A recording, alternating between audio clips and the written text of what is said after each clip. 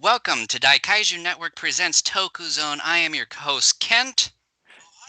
No, Tommy, I am Kent. And with me is your other co-host, What's going Jason. on, peeps? How's everyone? Damn it, Tommy, that's Jason. I couldn't even So hear here we that. So So here we are. This is our very first official Toku Zone. Anyone who has been listening or following us for a number of years knows that a number of years back, I think maybe, gosh, you have to go back to maybe 2017 for the last time we did Toku Zone stuff. It was a sub segment of our show, I thought it was and a little bit. you were going I to say thought it was a something. little bit earlier than that. Well, I think we didn't start. I said the last time we probably had it Well, I was wasn't. I wasn't then. talking about starting it. I was talking about the last time we did it. But this is actually the first time that we've done a or created a separate show. In about 7 to 8 years since we originally started out with Total Access, which eventually transitioned to DKN commentary. Yeah, and kind of here's kind of what to expect, and we sort of said this on a previous episode or two, but just to catch everybody up, especially if you didn't catch any of those episodes, is that we decided that for a while we want to do something a little bit different. That covering kaiju movies and stuff, we have covered almost all of the kaiju films in our collection, at least some of the main ones and a few obscure ones. We'll never be able to cover everything just because not everything has an official release here in the States, nor can we obtain some of those films anyways, even if we wanted to. Um, so we were kind of winding down with some of the general discussion pieces, and on top of that, some of the films that we had remaining, Jason did not have yet, and so we thought with this break, it would give Jason an opportunity over the coming months to maybe acquire some of those films or to figure out ways of being able to view those films. So when we do come back to general discussion, he'd be able to view those films so we can Well, discuss them. as of Um, right now, currently, instead of spending that time getting some movies, I've been spending some time getting some He-Man stuff currently. yeah, priorities, I guess. Um, but we do have a ton of commentaries left to do. I mean, if you take a look at, I created a document a while back as far as like movies we have left to discuss and then movies left for commentaries, and the commentaries is like 3 4 times bigger than the discussions. Um, so we have been doing quite a few commentaries for a while now. I mean, we've probably done more in the last 9 months to a year than we probably have done over a period of 2 or 3 Mhm. years. Yeah, Um, because I s- think this year alone we might have done a total of 3 to 4 episodes from the general show. yeah, and I would like to at some point kind of transition over to try to find some other films or something for general discussion. But like I said, we've kind of wind down quite a bit to this point. There are some exceptions. To that, and Jason and I are going to try to figure out logistics to that as we move forward. But what you can expect really for the next 8 to 9 months, and this is assuming that we follow the same formula that we're starting here today, which is we're covering 3 episodes of Johnny Sokko per episode, and assuming we have an average of 2 podcasts a month, you're looking at about 8.5 to 9 months for us to go through this whole Mhm. thing. There may be an exception, obviously, to December for our end of the year episode. That always tends to be a really big, like 3 plus hour show where just about anything Yep. goes. And so that will be very likely an exception to the rule here. But we just wanted to do something different. We wanted to cover TV series, and we thought about the general discussion, but we thought on some level it could take us an awfully long time, which meant that, some of these shows, like the original Ultraman had what, 39 episodes? Return of Ultraman, I think, had like 52. Ultra 7 had Um, you know, 56, I believe. It a yeah, lot of and it so can if we were going to vary. do those, yeah, and we thought if we did those with a general discussion, like with the movies, we watch them, we come in and talk about them.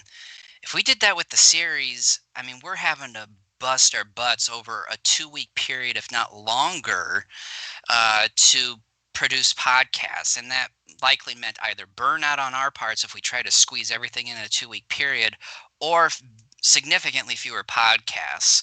And we didn't want to do either one, so we thought, why not go back to the TokuZone, which again was a sub segment of our former shows, and then make it a kind of another big brand for our general podcast. So that way, as what we're doing is we're covering X amount of episodes per podcast. We're discussing each episode as we go along, giving our general thoughts and reviews on each episode, and then once we get done with everything, then we'll have a big, giant general discussion on everything. Because in that way, we aren't burning out and we're still producing shows on a regular basis. And I think, too, especially when it comes to TV shows, while it's great to talk about shows as a whole, I think with TV shows, you really need to look at the many different Mm-hmm. parts. It's not like a film where it's one big thing. Um, TV shows are a collection of many different things, depending upon how many Well, I episodes know there when it are. comes to And these older shows, they're a little bit of like a thing unto itself, episode per episode. Whereas some of the newer shows these days, you can kind of say that there's some continuity per each episode, and as well when it comes to the Ultraman franchise itself, and maybe Kamen Rider, that there's probably there's at least some continuity between series per series themselves. yeah, and so it's just easier, and I just think more manageable for us and even for you, the listeners, to be able to just kind of follow along with us on this gradual journey through the shows. And Johnny Sokko was the first one we wanted to do. It's been 3.5, almost 4 years since the last time I saw it. We'll kind of get into general thoughts about And that. it's been several months since But I've we, last watched it, which took yeah, a little so over maybe a year and a half to watch the entire series. for a 26 Yep. episode series. But it's so strange because I did the math and I'm like, okay, well, roughly how many episodes do we want to cover per podcast? And we kind of were throwing in anywhere between 3 to 5. And I kind of was thinking maybe 4. But then I was doing the math. I'm like, okay, assuming we do like 2 podcasts a month, blah, blah, blah, blah. I was wanting to do 4, but then because I got young kids and now they're starting school this next week, which is going to be even harder for me to watch and prepare for these podcasts going forward now. Um, I kind of like, well, let's do 3. Yeah, it's going to take us like 8.5, 9 months, which kind of sucks, but it's manageable. Hmm. Um, but then too, I thought as well, look, if something comes out, like let's say Godzilla versus Kong does come out at some point as we're covering Johnny Sokko, we will have an episode interruption to cover that. Or if we decide to maybe take a 1 or 2 episode break to discuss, a film we haven't covered yet, or to do a commentary, we will do that. So it's not like we have to necessarily stick with this continuously to the very end, but we kind of want to do the best of our ability. But if we feel like we need to kind of take a quick break or two, then Hmm. we will do that. But yeah. So with that, did you have any tokusatsu Well, related before we news? get into some of these other tidbits, I just want to shout out or mention about our streaming networks and podcast networks that you can find us on. As far as streaming networks, you can find us on uh, obviously YouTube, Twitch, Facebook Live, Periscope, and D Live. And as far as the podcast networks, you can find us on Apple Podcasts, Google Play, iHeartRadio, Spotify, and TuneIn. And then as far as uh, following us and subscribing to us on these following social media links or websites, uh, find us on these following ones. Just search for Daikaiju Network. And you can find us over at our own website at daikaijunetwork.com. And let me get back to the main cam here. And some of the news tidbits, I was just sort of going through some of the things, and some of the newer stuff I've been finding out recently is just a lot of the Kamen Rider related things, and it seems like that there's a new Kamen Rider um, coming out here soon called Kamen Rider Saber, who's been officially revealed. And there's other figure news as far as Kamen Rider, and then Bandai releasing some Ultraman figures such as Ultraman Tiga. But if I can find this next cam here, the one thing I wanted to find out, which I think it was a bit uh, intriguing, that on Tokusatsu here coming in November is going to be streaming Ultra Q here, and I think if I can go to this here, that Shout Factory has acquired the streaming rights from Ultraman, or the properties of Ultraman in partnership with Mill Creek, that in the next few months that they're going to be streaming the original show Ultra Q on their exclusive Tokusatsu channel, which I'm guessing is, I think, on Roku, actually Pluto TV, and then it seems like there's a channel number 848. So that's probably the unique thing. So if you're obviously if you're a Ultraman or fan or Twilight Zone fan or anything of that sort, I would suggest, if you haven't seen Ultra Q yet, I would suggest uh, taking the time to watch this entire series that's being streamed by Shout Factory on their Tokusatsu channel on Pluto TV here. Hmm. So, otherwise, um, as of right now, I'm just seeing a bunch of just figure related news, mainly pertaining to SH Figure Arts. Um, Now, not necessarily exciting new news going on right now. How about your end? Well, I don't have any tokusatsu related news. However, I do want to um, talk about a very fun new product that just got released this week. A lot of you probably are aware of it. It is no joke. This thing is heavy. And sorry for anybody who is not viewing this, via the video versions, but you can go to YouTube or those other places and fast forward to this point if you really want to see.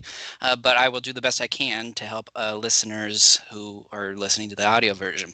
It is this bad boy. It is the Gamera, the complete collection from Arrow Video. This thing is heavier than shit. It really is. Like, I mean, I expected a little bit of heft from it, but not this is heavy.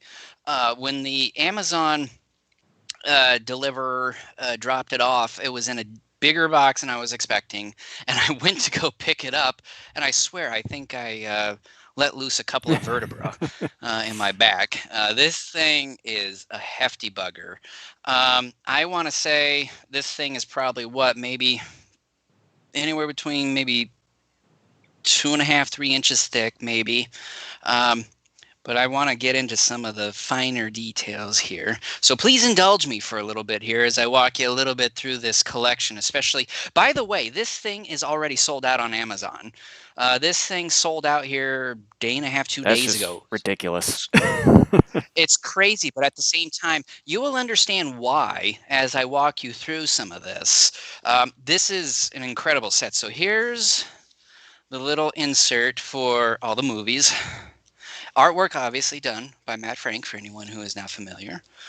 So I open it up here, and right there you have the first two discs, and the discs are the artwork done on the discs are also done by Matt Frank. You have the original Gamera there at the top, and on the bottom you have a disc, and I think this one has a couple. Yes, this one has both Gamera versus Barugon and Gamera versus Gauss on it. By the way, these discs are kind of hard to get out of the sleeve, even when you do have I'm fingernails. not But really and surprised look, at look at all. how thick it is. Look at how thick each page is. Like, this is incredibly thick, well done stock. And then you have the next page here. The disc on top is Gamera versus Veras and Gamera versus Giron. And then on the final disc, on this page anyways, you have the Jiger, Zegra, and Super Monster uh, all on one disc there. So, as far as these page thickness or everything, how is it compared to the Criterion collection of Godzilla? Oh, it's Okay. thicker. It's thicker. And then you have Guardian of the Galaxy and Gamera 2 Okay. there. And then you have Gamera 3 and Rebirth of Gamera on that side. And then on the back, you got a couple of pockets with like little Extra info or cards. fun collectible art cards for each film. Nice. You got that. Um, Let me get into some of the specs, I guess, here of the films since, we're kind of pertaining to that. And I kept the one piece of cardboard here that was attached to it. I'm not going to go through all of them, but just to kind of give you an idea of what's included with some of these things, every single movie has a commentary. So, well, I'm not going to show this to you. I'm just going to read off of it. However, if you did buy the Shout Factory DVDs of the first Gamera and Gamera versus Barugon, and they had the commentaries with August Rigoni on them, those are still on here. But there are no new, commentaries for those two movies. So there's that. But just to kind of go through, there's a lot of extras included with each film in this whole set here. I mean, it's ridiculously awesome. So each film obviously is a high definition 1080p transfer. However, I think it's the telecine transfer, which means it's not 100% high definition, but it's still sort of a high definition transfer. So, like for example, with Gamera the Giant Monster, there is a special feature called Gamera Special, an hour-long best of compilation supervised by Noriaki Yuasa in 1991. They also included a high-definition transfer of Gamera the Invincible, the American one. And let's see here. Let's go down to a different film. With Gamera versus Barugon, they have included the American edit of Gamera versus Barugon, which was not included with the Shout Factory edition odd number of years back when they released that. They also have on that disc, because Gamera versus Gauss is on that disc, there's a commentary by Stuart Galbraith IV for that particular film. Each film also has introductions by August Rigoni. August Rigoni spends X amount of minutes sort of talking briefly about each film and stuff. They actually go on longer than you might think. I was actually pretty pleasantly surprised. Like with Gamera versus Veras, you have a new featurette with actor Carl Craig, young Dwight Eisenhower, showing his views and props from the film, highlights from the G-Fest 10 convention 2003 featuring Noriaki Yuasa and Carl Craig, the fourth Jamboree, a promotional film for the Boy Scouts of Japan, directed by Yuasa in 1966. And by the way, there is at least an English dub, if not the English version of each film included with each thing too. So the Heisei series has a 3-part documentary series with each film. Starting with Guardian of the Universe, it's called A Testimony of 15 Years, Part 1. Then Gamera 2 obviously is Part 2. Gamera 3 is Part 3. One of the great things that I love, and I don't care because I already own it anyway, but I just like the fact that it's included. For Gamera 2, they included the Lake Texarkana. Nice. There's also behind-the-scenes featurettes for all 3 of the Heisei films. There's even some deleted scenes for some of those as well. Obviously, trailers and gallery images for all of these films. Let's see here. I mean, my gosh, there's just a ton of stuff with this whole set. I mean, I could sit here and spend like a half hour just reading all of this. Um, yeah, I mean, I guess I'll stop right there. I mean, but look at this. Uh, I mean, this is all the information of all the stuff that's included in this set on the discs. I mean, this is absolutely incredible. I mean, I'm still so floored as to what we get here. So the next thing included in this set is a hardback edition of the entire Gamera comic collection, Nice. including the 4 color Dark Horse comics that were produced in the, I think, mid 90s. And I think, if I remember correctly, Matt Frank had a Gamera comic he made, but I think it was only released in Japan. And that's kind of the first comic that's featured here in this set. It's 120-ish pages of Gamera comics. Nice. I mean, it's hardback, quality paper. I mean, it's got that wonderful hardback book new smell to it. I mean, this is just incredible. Again, I'm still speechless. And another great thing, 80-ish plus page book of just like information on all the I even films. So like how they incorporated the non-existent Gamera villain on the very back of the cover there. yeah, me too. From the test footage. So like there's a history of Gamera that kind of starts everything off. Then it goes in to talk about each of the individual films, including the American version of Gamera, The Invincible. So, and it's got cast and crew information there, a little bit of a brief plot synopsis of each film at the very top in bold, and then the rest is sort of kind of a brief look as to how the entire film was made. By the way, there are 3 versions: Gamera versus Veras. Really? One is, yeah, let me go to the back here, because there is a section. Oh, by the way, there is a section with Noriaki Yuasa with an interview in here.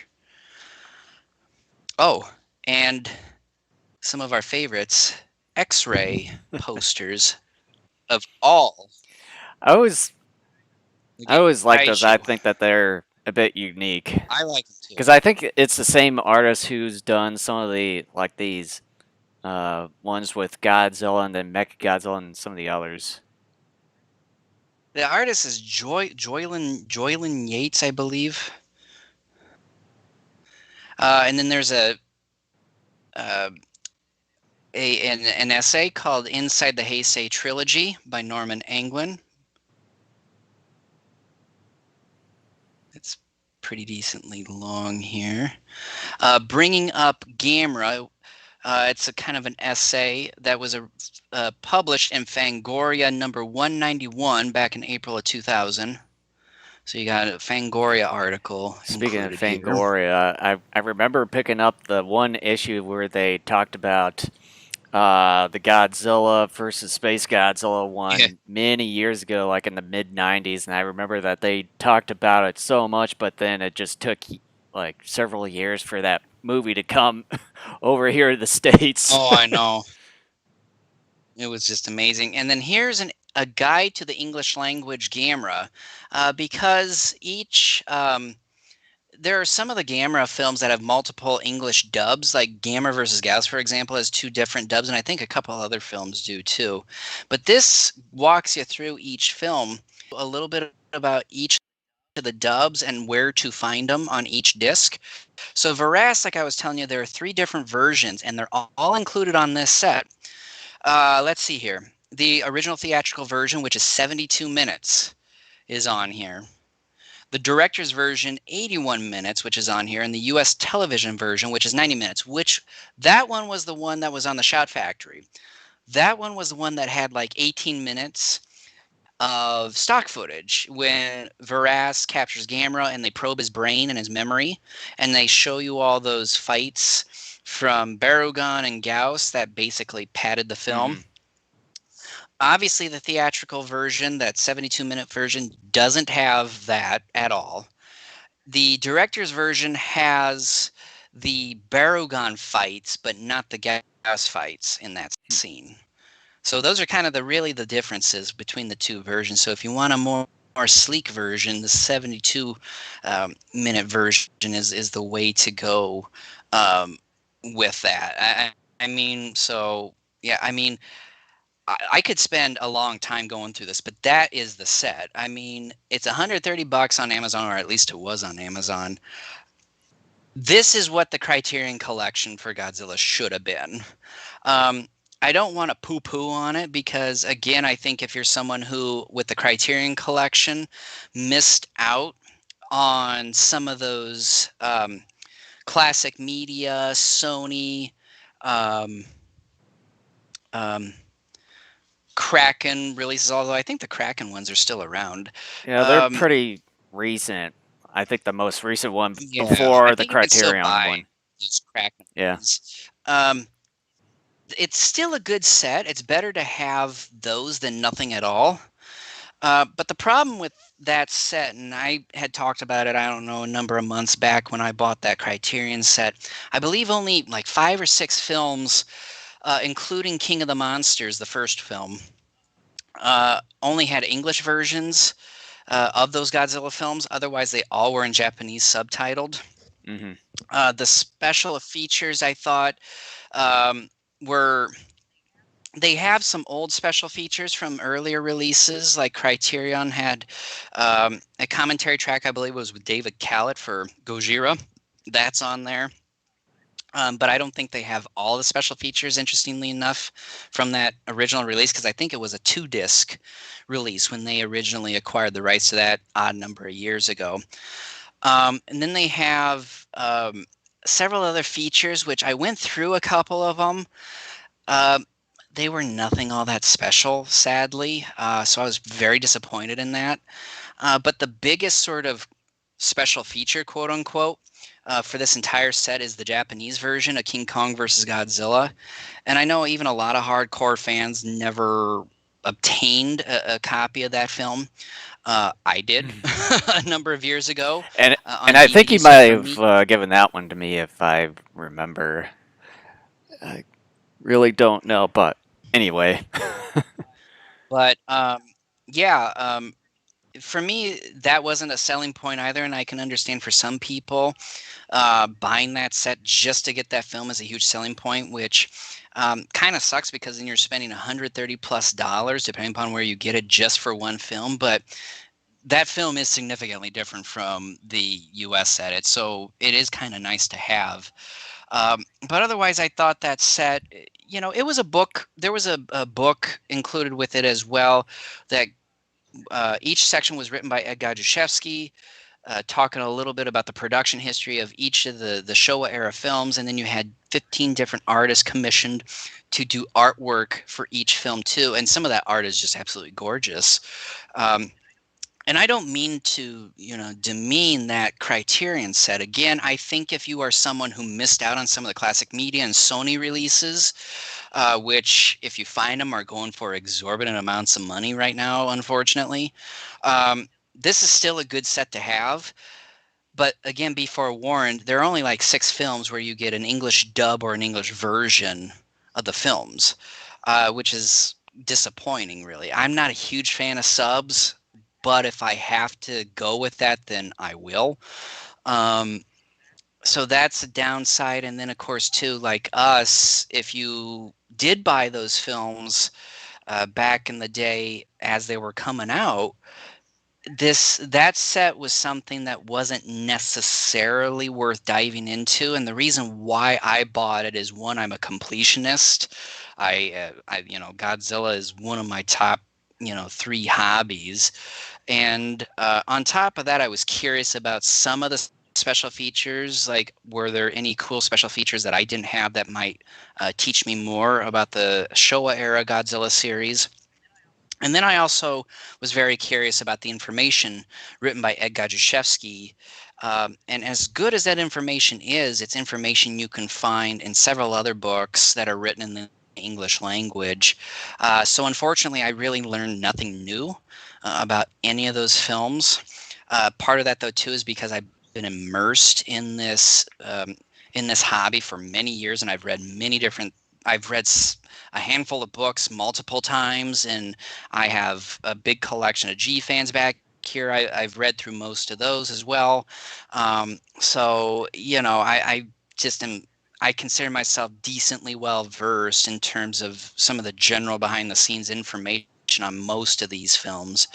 But again, I don't want to poo poo that said, but this Gamera set, which roughly goes for about the same amount of money as that Criterion set on Amazon, this arrow set by Gamera, this Gamera set by Arrow is phenomenal. Like I said, I could spend an entire show just going through this. It is phenomenal. I went through the other day with my son. We watched Gamera the Brave with the commentary by Keith Aiken and Bob Johnson. That was really good and informative. I learned a lot by listening to that commentary. And then yesterday I tried also going through the Gamera versus Gauss commentary with Stuart Galbraith. Unfortunately, because I'm taking care of small children, I was exhausted, so I got only halfway through that one. And I intend on finishing it hopefully in the next few days. But it's a phenomenal set, guys. I mean, I wish Criterion again. That's a good set. This though, this Gamera set by Arrow, that is just out of this world. I really hope that if Criterion continues and maybe does something like with the Heisei era and or the Millennium era of Godzilla films, that they try to do something similar with that. And it's just incredible, guys.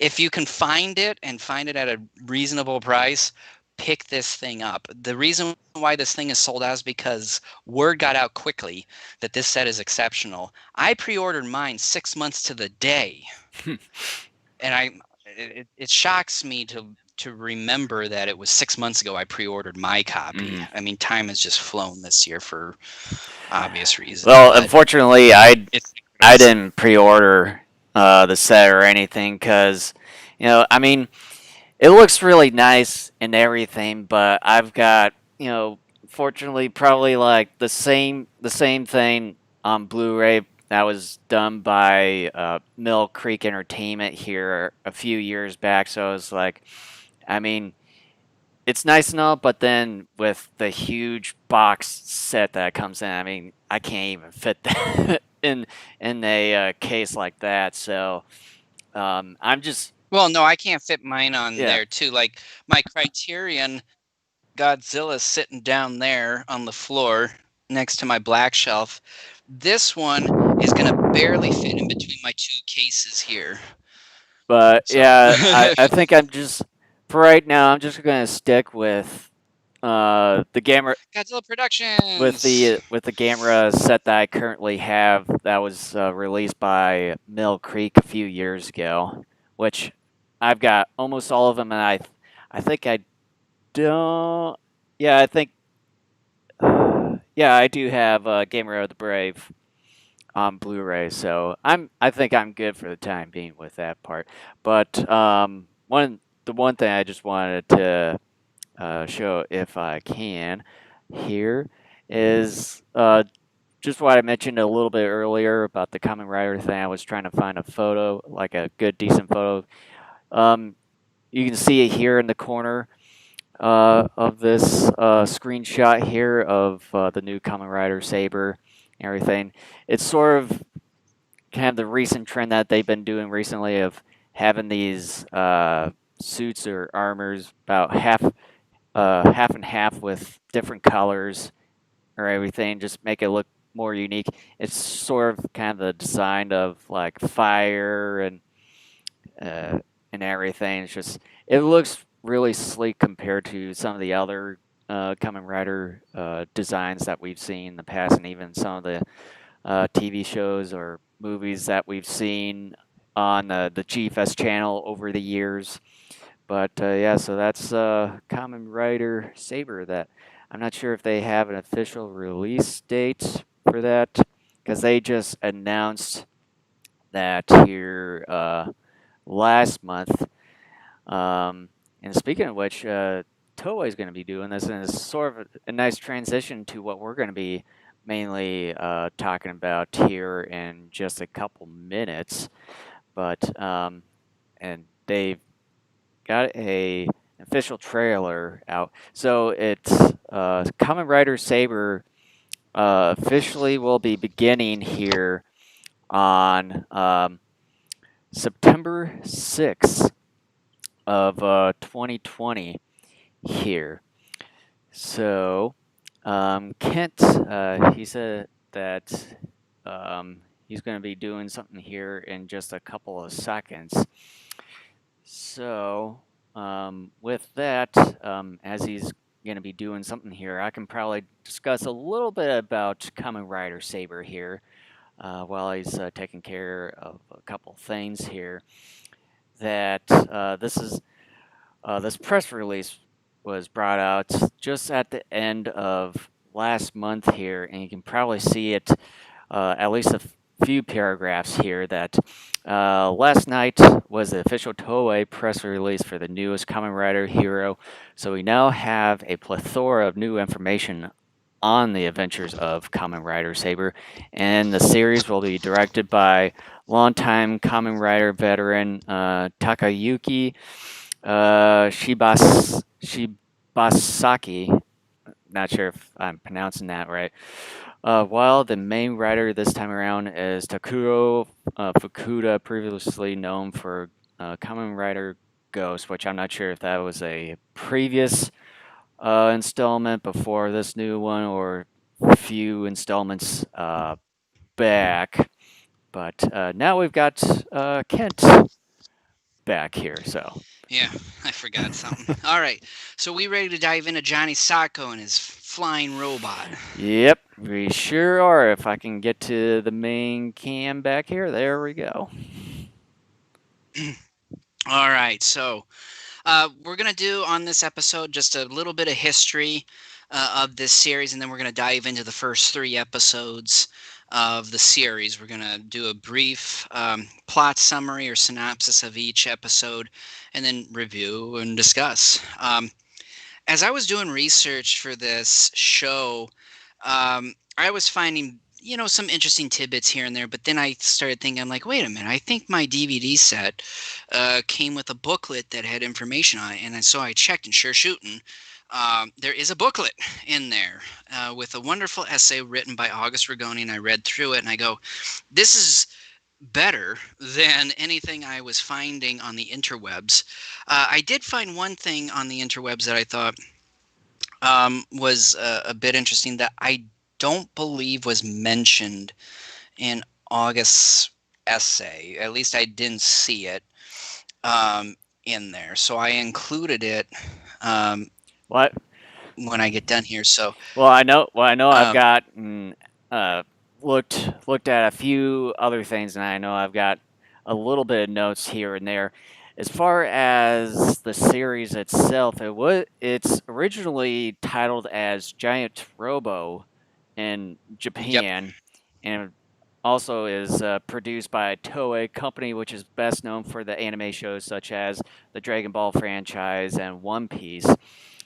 And and Golden Bat. also, it was interesting to find out that it's based on a manga by the same name by Mitsuteru Yokoyama, uh, which is a manga series that originally was serialized from May 1967 to March 1968 with a total of 3 volumes.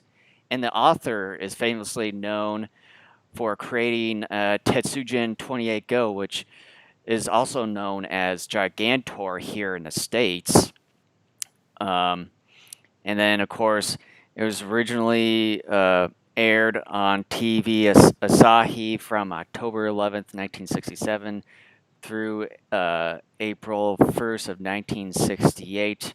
And then obviously brought here to the States by Ruben Guberman, developing the American version of the show, produced by American International Television, first aired in the States in 1969, and AIP TV peaked in distribution from 1971 to 1974 and was syndicated through the early 1980s.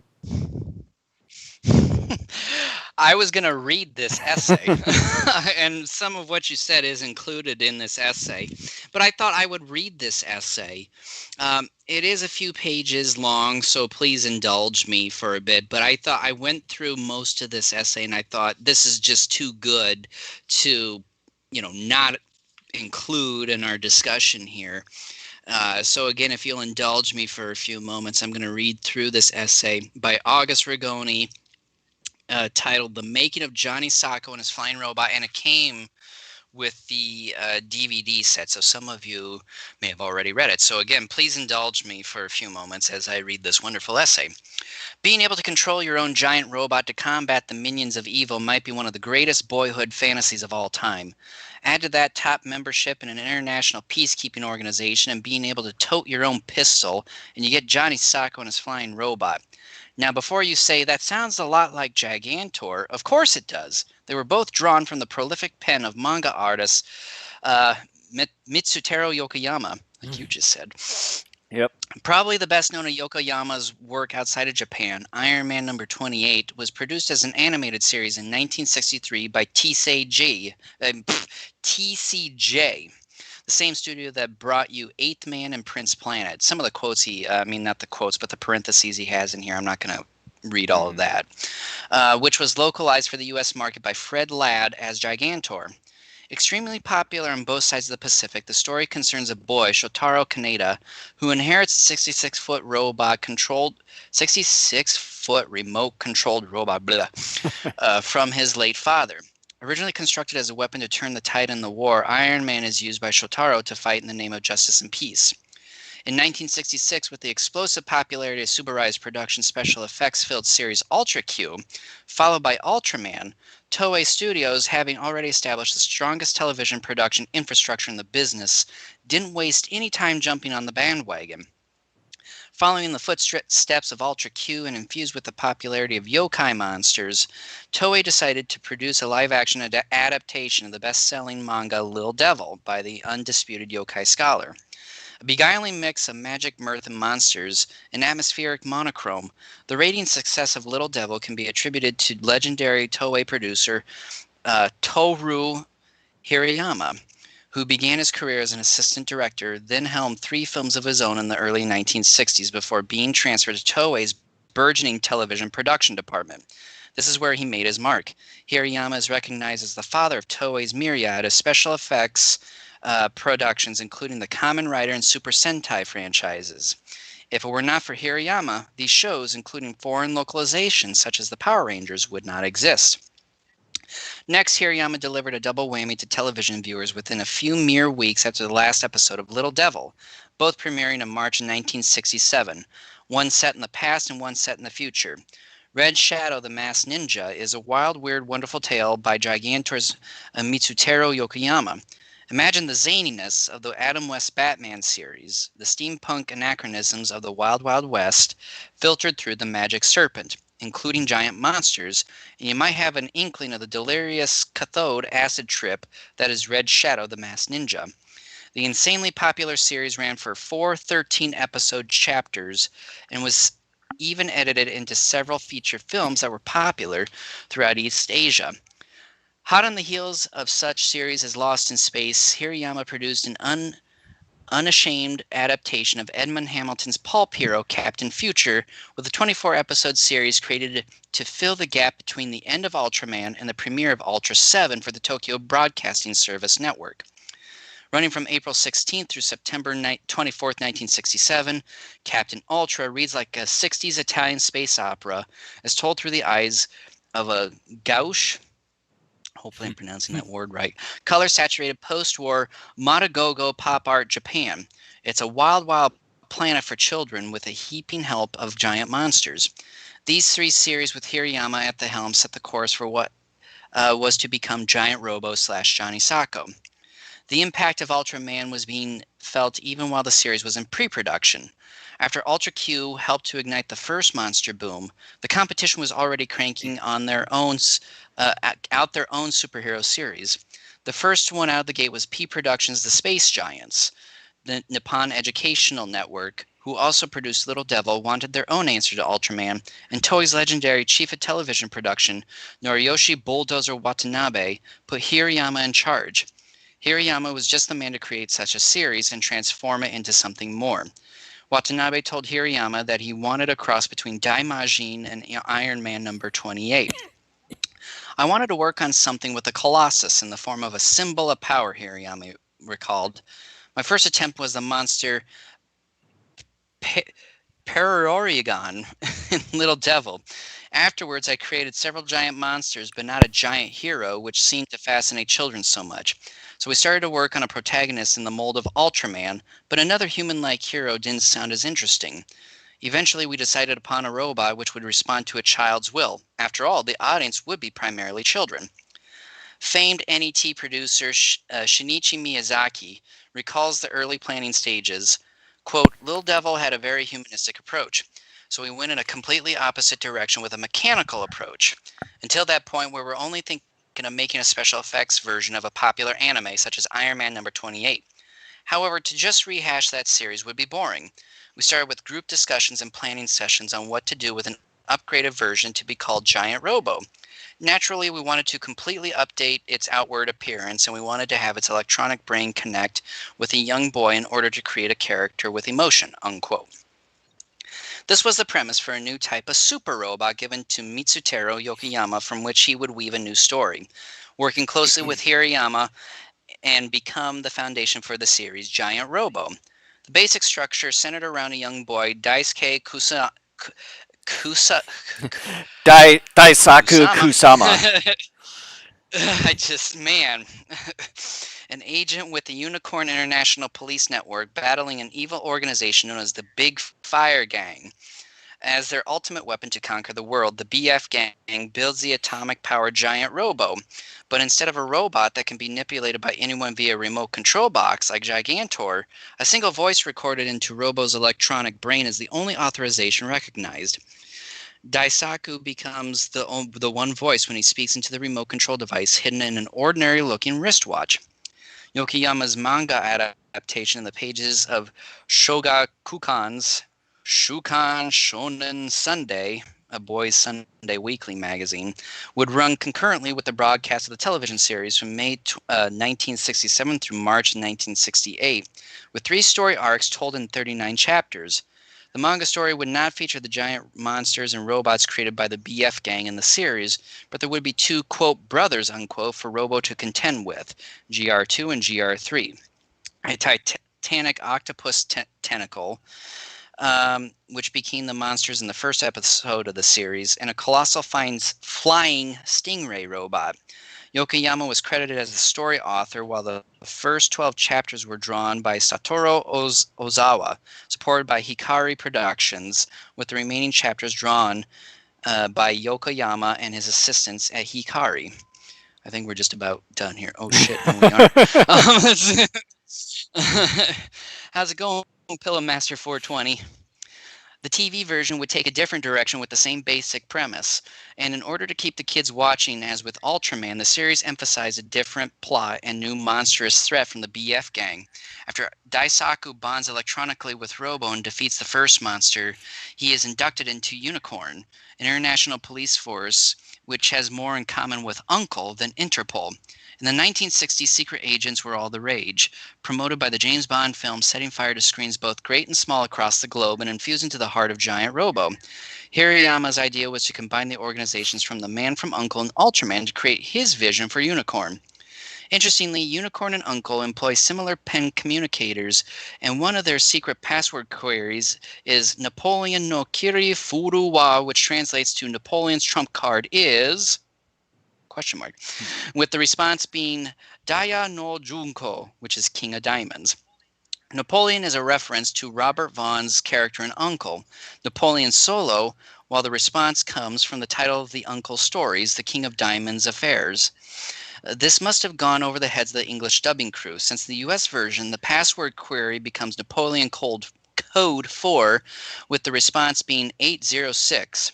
Giant Robo is full of the trappings of the spies genre, which was at an all-time high during the swingin' 60s. On the deployment of Unicorn over the JSDF in Giant Robo, Hirayama says, I always thought of Unicorn as more of a secret peacekeeping agency rather than a strict military organization, and this would be a far more acceptable reality than a conventional army. I think I would feel rather, I think it, yeah, I think I would feel rather strange if it were just the real world military fighting the forces of Emperor Guillotine.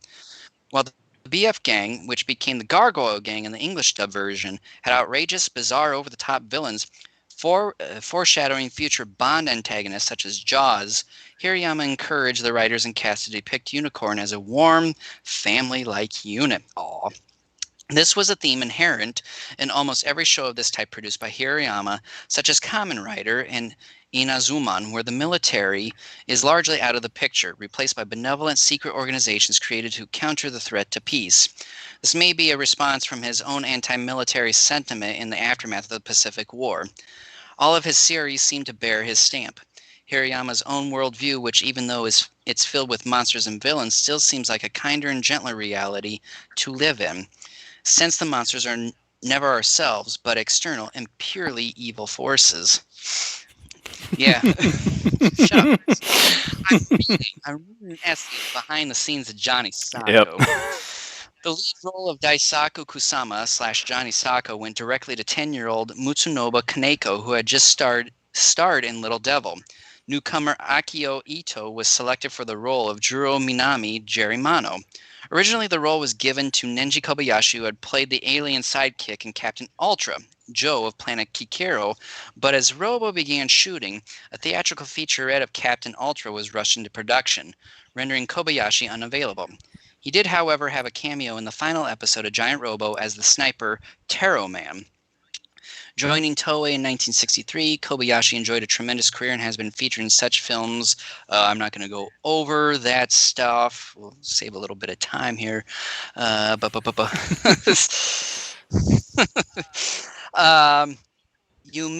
Kariyama, who played Mitsuko Nishino, had these memories at the start of the production. Quote, at first, I was the only adult female member of the cast, and I love everyone, especially Kaneko-san, who played Johnny Sokko. It was really hot that summer, and I remember that those uniforms we wore were really stifling. Ito-san, who played Jerry Mano, would be sopping, after his action scenes, and I would be thinking, Mr. Wardrobe Supervisor, while I may be dry now, I'm just waiting my turn. Oh, damn it. You done?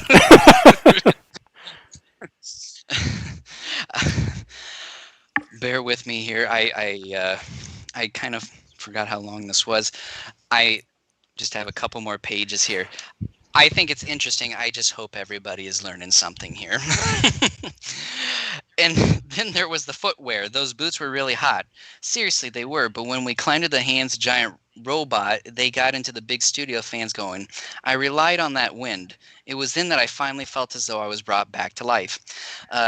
Katayama, I'm just trying to get through this so people aren't bored if they are. Katayama enjoyed a substantial career after Giant Robo, appearing in over a dozen television series, spotlighted by the provocative action drama.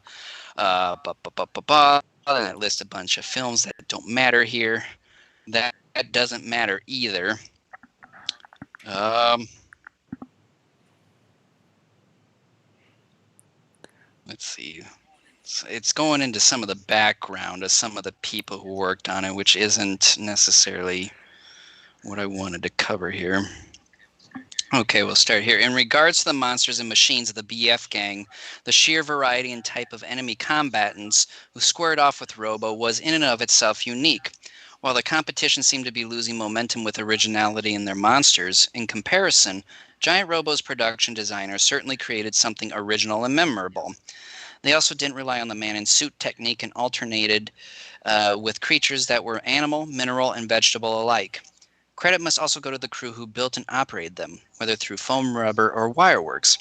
While Robo himself had static features, somehow the human expressions of anger, joy, and sadness amazingly and mysteriously materialized through the fiberglass and rubber costume worn by Toshiyuki Tsuchiyama. Robo's unique body language was strong, and an intense personality, coupled with invincible power, overflowed from his body. The very mechanical and symmetrical shape of Robo, his human like features and movements, and the variety of his enemies changed the fighting strategies in action. The Robo costume was very heavy and was hard to move around in. Of course, it was very difficult to act in too, but we all did our best, Tsuchiyama recalled. As stated earlier, Robo's electronic brain responds only to Daisaku's voice print. Over the course of the series, this electronic brain begins to exert its own free will. The main characters in the audience think together, learn together, and grow together. As Robo and the young Daisaku work together, their mutual bond deepens and a friendship blooms, stated Hirayama. This friendship grows independent of the orders from Daisaku. Robo is no ordinary monster fighting machine. This is the greatest appeal of Giant Robo. He is not merely a mechanical puppet. Robo himself, one could say, inspires platonic love.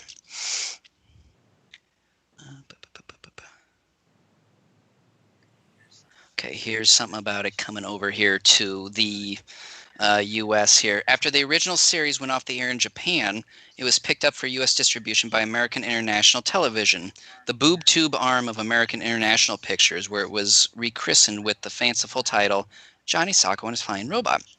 The English language version was produced by Salvatore Billeteri of Titra Sound Studios in New York City, who farmed the job out to Floridian-based Capri International Films, founded in Miami by Gene Prinz in 1961.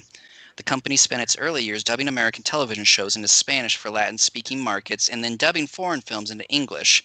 The first Japanese production they adapted was the TCJ animated series Eight Man.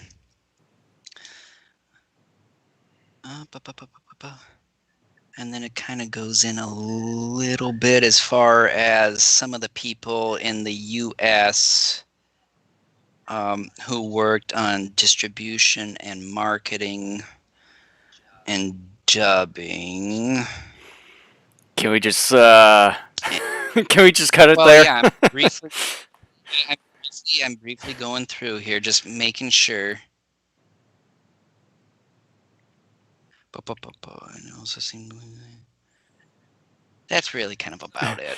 So, well, I'm sorry, good, everybody. cause I kind of had forgotten how long that essay was.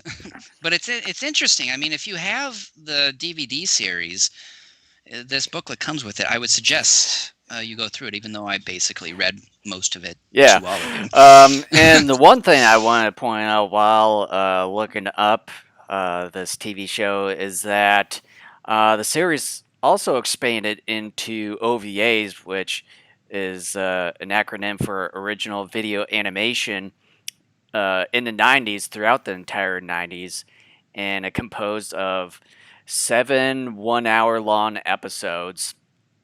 And then back in the late 2000s, a manga adaptation came about, and it was called GR Giant Robo, which was done by Ryumati Shiro from 2007 to 2008 with only just one volume, and an anime was done under the same name based on this manga, which only lasted through 2007 with 13 different episodes.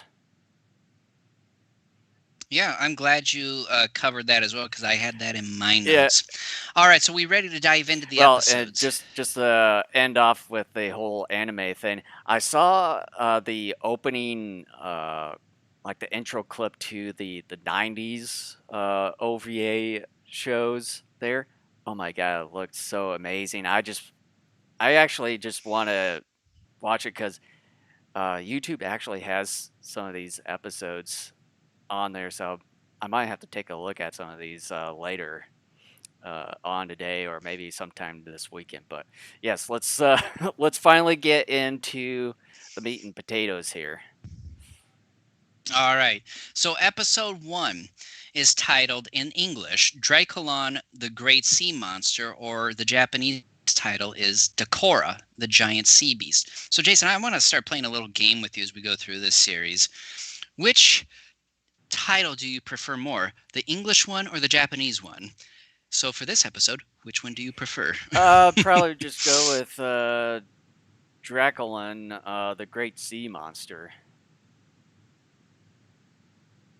I'm kind of torn.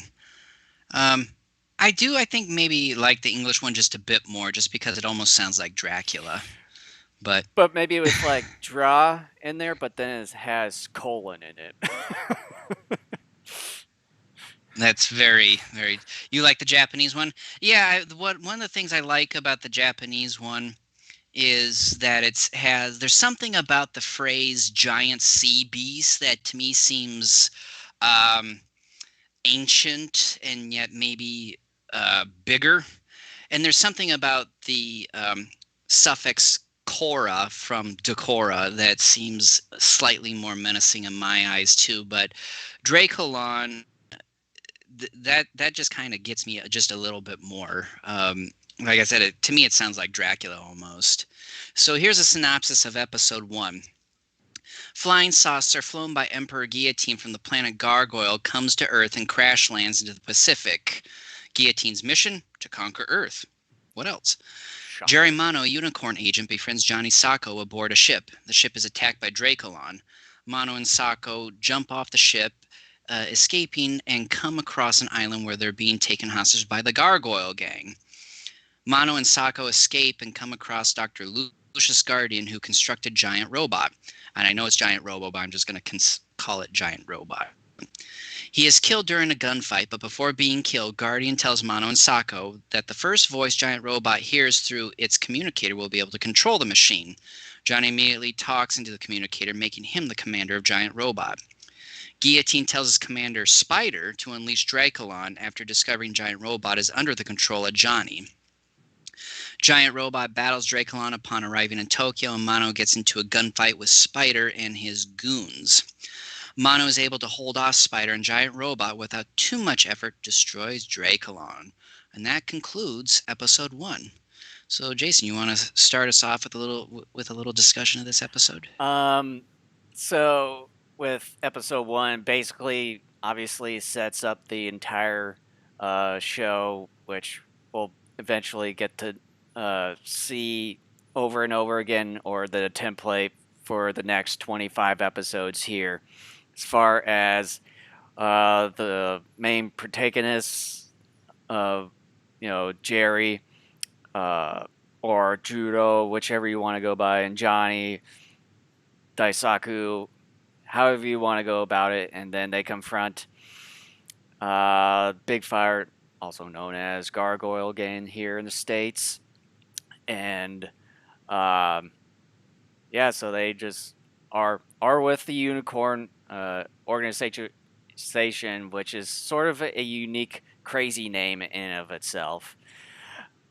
Well, it stands for, let me look in here because this was something I glossed over because, like I had mentioned, it stands for United Nations Investigative Criminal Organization Response Network. Which is a pretty long acronym.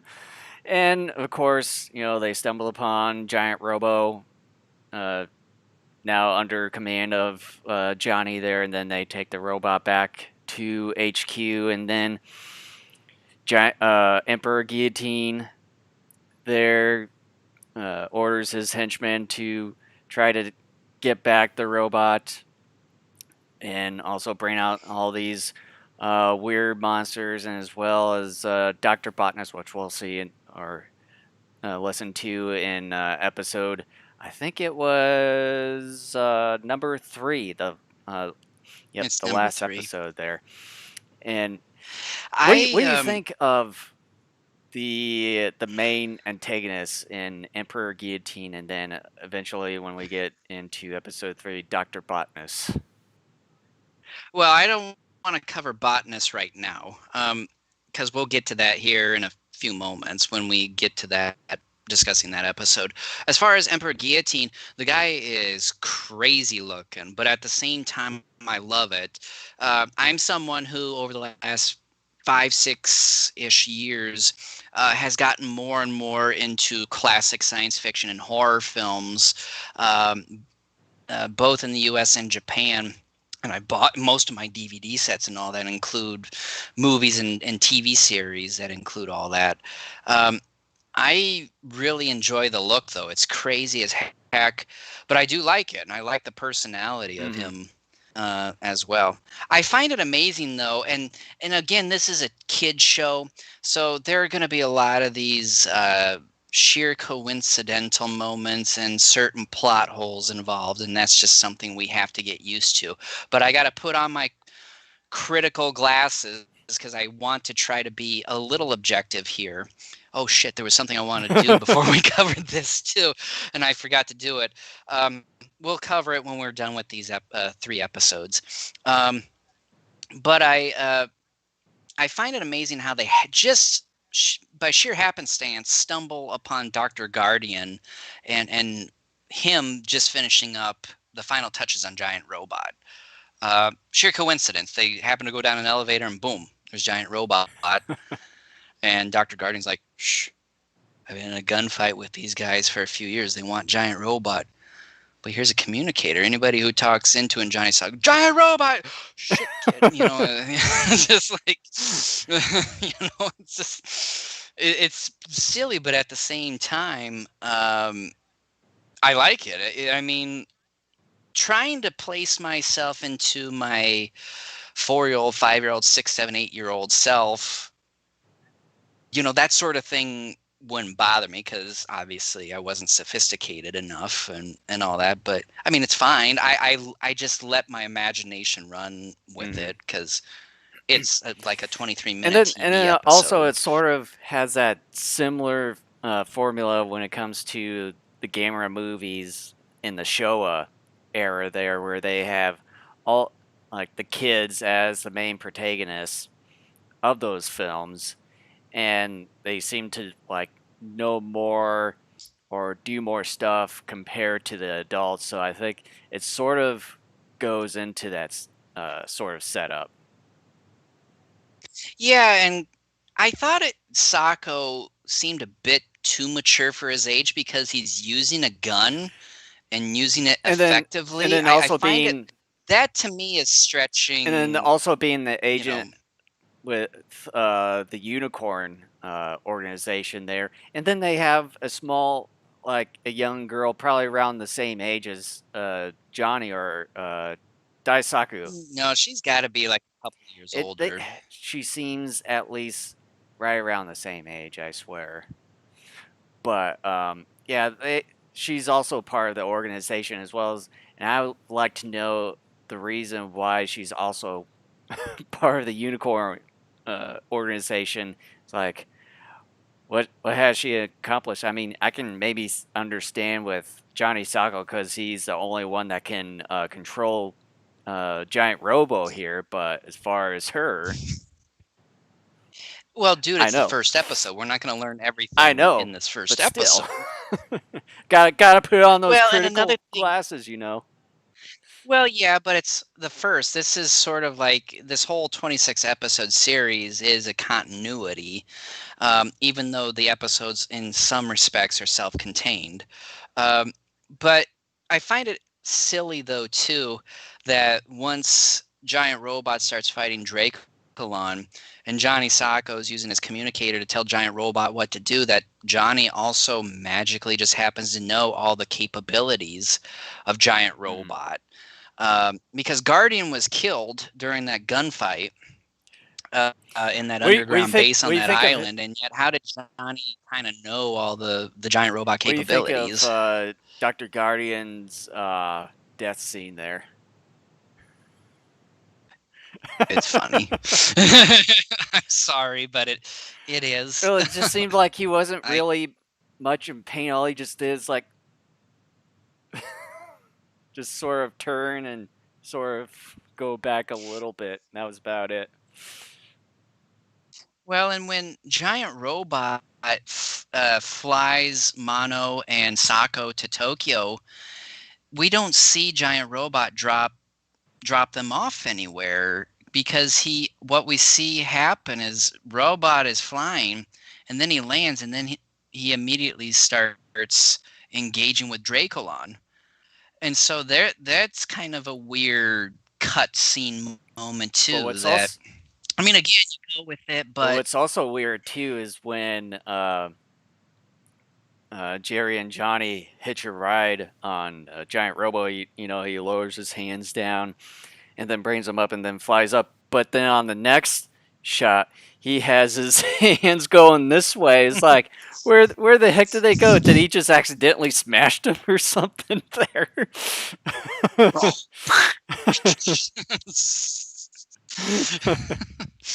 yeah, again, you just have to go with it. Um, I love Dracolon's design. It's a damn shame we didn't get to see more of it in its glory until the final few minutes there of this episode. I really would have loved to have seen more of it. Not just the suit, but even some more city somehow, destruction somehow, it as sort well. of reminds me as like a combination of oh, what's that? The colossal monster that we just recently watched, and I don't think it has a name. um, Yeah. a little bit maybe Gauss, just a tad bit, and then that one sea creature monster that was in Ultraman. I forget the name of that one too. Maybe in the facial structure, maybe just a bit, but yeah, it sort of has some similar characteristics from other areas of the genre. Hmm. But All right. um, Unless you have something else to say, I'm ready to go into final thoughts on this episode. And then let's do a number grade on a scale of 1 to 10, 10 being exceptional. What number would you rate the episode, unless you have something else you wish to add? as far as I can uh, see here in my notes, I think we've just sort of covered basically everything here. But as far as a rating from 1 to 10 just for this episode, I probably I'd at least give it a 7. Okay. And do you have any final thoughts on it? It's as far as the final thoughts I get, it's at least somewhat of a good start to try to lay some groundwork and a foundation for this entire show for the next 25 episodes, and it sort of gets to the point in certain areas, as far as um, meeting the characters that we're going to be seeing throughout the entire show. Johnny, Jerry, Chief Azuma, and some of the others in the Unicorn headquarters there in Japan. And then, of course, uh, get to right away know who the main antagonist is and Emperor Guillotine. I really like, as far as the designs during the days, back in the late 60s there, of Giant Robo and as well as Draculon. I do like the designs of that. Some of the battles here and there. Um, I think they're pretty good. I think they could have done a little bit better. Some of the story is pretty good. Otherwise, yeah, I at least give this episode a 7. One thing I forgot to mention that I think is pretty important, the costumes and then the salute of the gargoyle again. Yeah, I was reading up. A little Third Reich. I Are we was going reading there? up a little bit on that. I forget. Uh, Trying to figure out where it was at. Yeah, I know I saw just a little bit about that as far as some of the attire that they were wearing of like maybe a Soviet style type of gear, maybe especially with Commander Spider there, but yeah, there's some a little bit of controversy here and there, but also there are some violence concerns for the TV show as well during the 60s as well. So The thing is, the DVD set is strictly the mm-hmm. English edit. We don't have the Japanese one, which is unfortunate, but having something is better than nothing. My final thoughts on this first episode is that it gives us just enough to understand the general theme of the series. An alien being with a gang sends out monsters and robots onto the world in hopes to conquer it, with Johnny Sokko, along with unicorn and giant robots, standing in its way. It's a simple premise, but a lot of fun. I fall in love with the villains and their scheme, and with our heroes in Unicorn. Sako isn't quite the annoying kid we're used to seeing much of the time in these types of movies, and Mono is a competent adult sidekick who isn't dumbed down. The battle with Draculong is disappointingly brief, and it would have been nice to see a longer battle and more destruction. Nevertheless, I am into the general storyline, and am ready for the ride to come, and I give it an 8 out of 10. All right, episode 2. The English title is Nucleon the Magic Globe. The Japanese title is Globar the Demon Sphere. Jason, which one do you like more? I think I actually like the Globe Blar, or whatever it was. Yeah. For me, it's a no-brainer. The Globar Demon Sphere is, in my opinion, the The vastly Magic Globe superior. just seems a bit too generic. I think, again, because you're talking about a very conservative United States, and we will see this with episode 3. We'll get there here in a moment. But I think because it's called the Demon Sphere, demon, you probably don't want your children to, demon, like the whole religious thing going on. I think that has a lot to Although do with with it. the name Nucleon, I think it sort of makes sense too, but Nucleon is better than Globar. Globar is unique, but too simple. But Nucleon, if they could title it Nucleon the Demon Sphere, then that's yeah, perfect. just combine the two titles. There you go. All right. So here's the plot synopsis for Nucleon, the Demon Sphere. I'm just going to go ahead and call it that. A meteorite crashes into Earth. Guillotine informs Spider that the meteorite is actually Nucleon, a creature he sent from space. Guillotine unleashes Nucleon. And with Johnny in control of Giant Robot, Unicorn asks Johnny to join the Unicorn organization to battle the Gargoyle Gang, and of course he accepts. Jerry and Johnny inspect Nucleon and realize Giant Robot is needed to save a nearby town. Giant Robot confronts Nucleon. The Gargoyle Gang and Spider catch up to Johnny and Jerry and capture them again. They are taken back to the Gargoyle base. They plan to place Johnny under hypnosis so he will send Giant Robot out to do their bidding. Nucleon defeats Giant Robot and also takes it back to the Gargoyle base. Spider and his goons are halted on their way to the base by Unicorn. Nucleon attacks them. Johnny comes to and calls Giant Robot to battle Nucleon once again, but this time Giant Robot succeeds. Question: did I miss something? It's how did Nucleon get defeated? Because it seems like uh, Giant Robot like took Nucleon up in the sky and like did dropping it somehow I think destroy it? Like it was very yeah, it seemed unclear. like that giant robo grabbed it, picked it up, probably flew it up in the air, and then dropped it. But the one thing that I want to relate to this too, and I had some concerns as far as the continuity, which goes into episode 3, which I know we'll get to here in a little bit, is that when Nucleon was dropped, the last time we see Commander Spider and the minions was that they were going to the car, try to run away, because they noticed that Nucleon was going towards them, and then Nucleon, collides with the car and exploding along with those guys. Right. So then you think I you wondered think that right at the too. very end that they're completely dead, but then in episode 3, spoiler, you see Commander Spider back.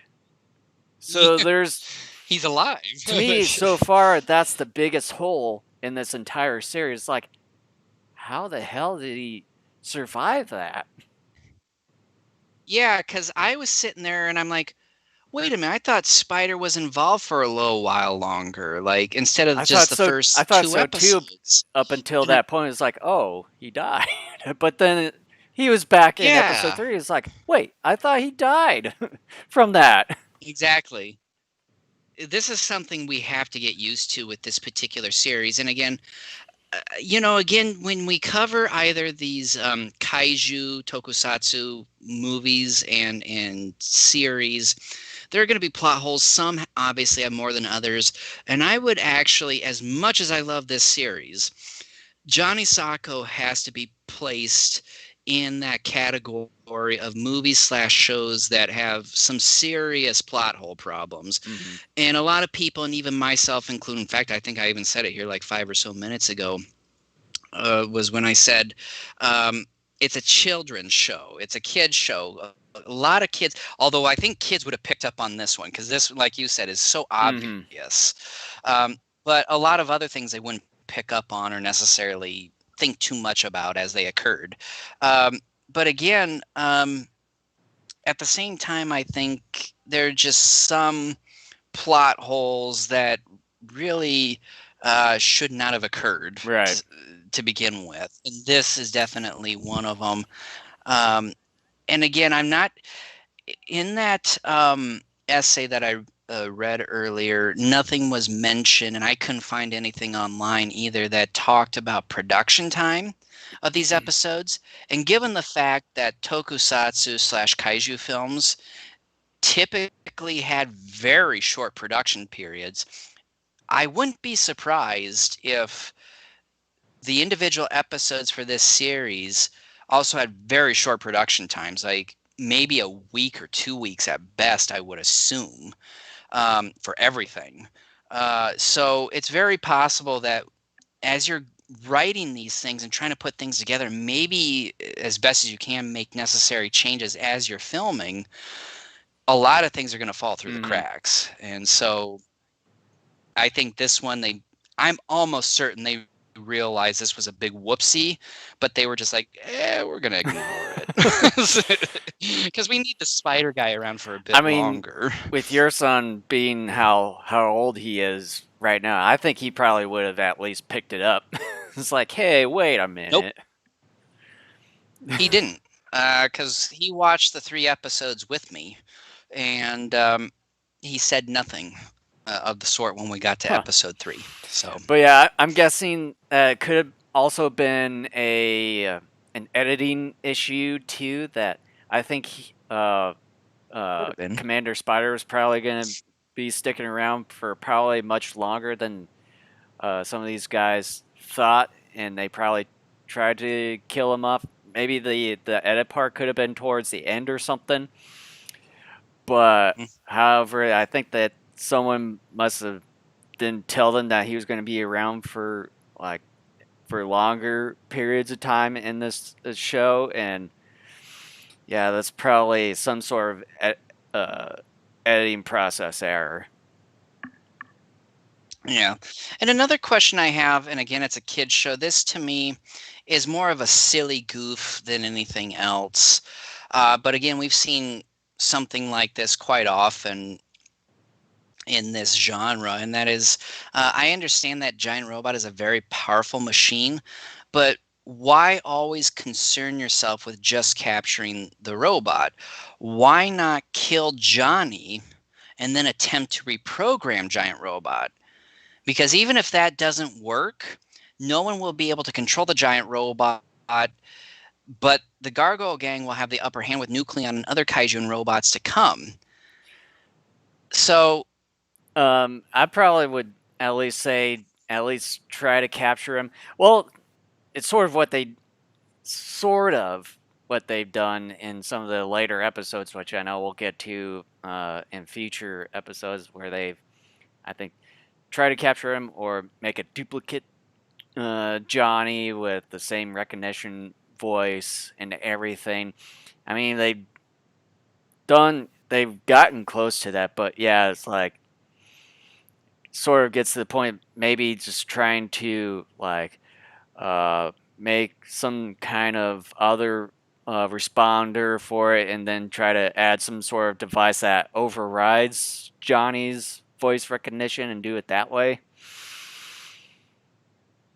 Yeah, I mean, again, it's a kid show. Not supposed to think too hard about it. And, if they were to try to do that, Johnny would have been dead long before now.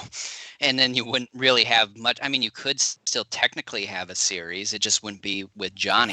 But if Hence I'm the the original Gargoyle title, Gang, Giant Robo. Just go with that.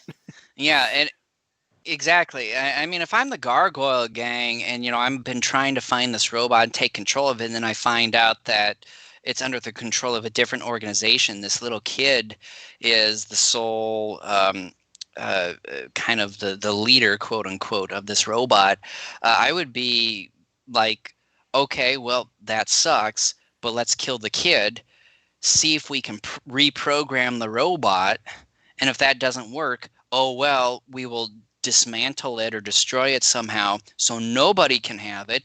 But yet we got all these other machines and creatures, either right now or are yet to Mm-hmm. come, and we still will be able to take out this organization and conquer the world. Again, I know I'm overthinking this for a kids show, but I feel like with our podcast, it's sort of our obligation to sort of Dig, dig a dive a little bit deep. deeper into this stuff to try to not only let people know that we are very much aware of the shortcomings of some of these things, but also to just give people as much of an objective view of this as possible too. Because even despite all this nonsense, I still love this show. It's an incredibly entertaining Mm-hmm. series. So yeah, but I want to. I feel like it's our duty as a podcast to try to be as objective as Mm-hmm. possible here. So I got one question. What do you think of uh, how Big Fire, like the Big Fire organization, or also known as the Gargoyle Gang, the way that how they handled capturing both Johnny and Jerry there, and then once they get ambushed by um, the other unicorn agents there, that they just all leave Johnny and Jerry in the car and not have them like their little sleeping agent that they knock them out with. That it didn't last long. Well, and again, it's a kids show, and Gargoyle Gang is very much like those two criminals from Godzilla's Revenge. They are bumbling buffoons, and so that's what to expect. I think things will turn just a little bit starting with the next episode when Dr. Botanist comes in. But even then, we're still throughout this entire series going to have a bumbling buffoonery of the Gargoyle Gang. But again, given the context of the target audience, they suit their purpose. They are by no means these great mastermind villains. However, I will say that compared to other TV shows, they're actually kind of a bit better. Like they're they're not great, but they at the same time are a bit better than your average, Well, well, as series. far as some of these games, how would you compare them to some of the other games from other tokusatsu shows, such as maybe for an example, the Shiranui clan from Iron King, and then I'm trying to remember the other game that came about later on in that show. Um, yeah, because you had like what 4 or 5 different villain gangs or organizations pop up in Iron King. Um, I here's the thing, and I think we discussed it not too long ago. I liked all the different gangs and stuff in that series, and more so the Shiranui, just because they were incredibly outlandish and goofy. Um, but I think in terms of competence, I like Gargoyle Gang a bit more than most of those other gangs. And part of that is just because I find Emperor Guillotine to be more ruthless and malevolent than many of those other villains. And at the same time, too, with this series, if members of the Gargoyle gang get captured by Unicorn, which we will eventually see, they basically are told to commit suicide. And they do that. That doesn't happen with like some of those gangs in Iron King or maybe some other Yeah. The tokusatsu other series. game that comes about was in the 10th episode of that series, where the Shiranui clan got destroyed by Phantom Militia. There, Hmm. but yeah, or the Phantom Opposition Party. I must say, and I forgot to mention this with the first episode, I love the music for this series. I do It like just it an awful seems a lot. bit simple. And that's fine. Again, when you look at the target audience again, that's fine. It does on some level. Some of the riffs and motifs remind me of certain moments from shoot, I forgot the composer's name, but he did the score for Godzilla's Revenge. Kunio Miyayuki, I think was the guy's name. He also did, of course, what was it, Ultra Q and Ultraman, if I'm not mistaken, as well. The scores for those shows, as well, and I love those scores. So you want to go into final thoughts and a rating for this episode? Yeah, let's go into the final thoughts. Am I going first? Why not? Okay. This particular episode brings in more miniature work and action. However, there isn't as much to comment here, given that the episode only has a few beats to it. It is a pretty simple, straightforward episode. We forgot to mention that. While some plot holes begin to emerge here, I'm still very much with this series. My only real complaint with the episode is that it didn't appear as if Nucleon was actually destroyed. And also forgot to add that Spider seemed to have died as well. Despite all that, I'm giving this one the same score as I did the first episode, an 8 out of 10. Yeah, like you said earlier, as far as this episode, straightforward. I mean, nothing really new. We just only see, like at the beginning, this meteorite hits the mountainside of this nearby village. Military scientists come in to study it, see if it's radioactive here and there, and then we see Guillotine, trying to still get the robot, everything, so on and so forth. It's sort of the beginnings of more of the formulaic template that we see throughout the whole entire series. Yeah, I get this. I like the some of the practical effects that they have in here.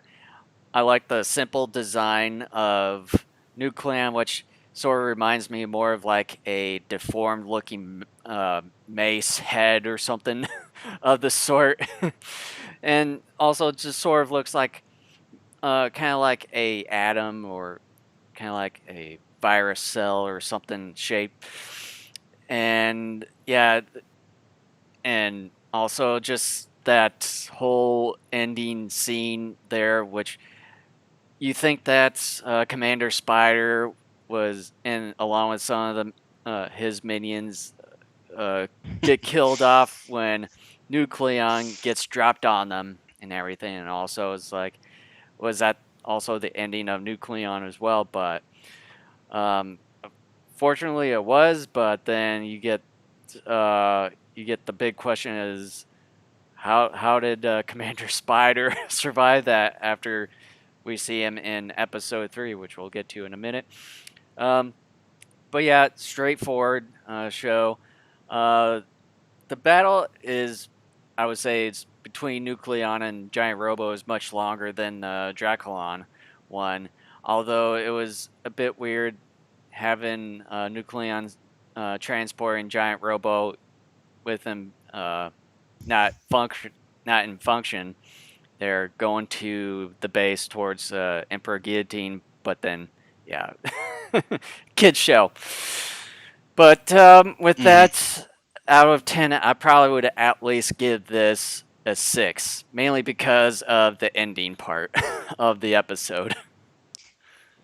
Yeah, I mean it's definitely understandable. I thought about giving it lower, but because of the miniature work and the amount of action, I'm like that kind of makes up for some of the shenaniganry of what's going on in this episode. Hmm.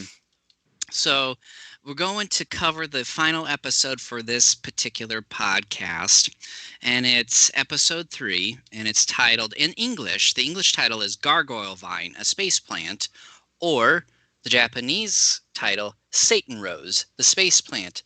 Jason, I don't think I really need to ask, but I'm going to as a formality. Which title do you like best? Well, the second half still has Space Plant in there. Hmm. But then, as far as the first half of the title, I really can't think. Just by looking at the appearance of the monster, you might see a little bit of the rose, but you don't really see it much throughout the entire episode here.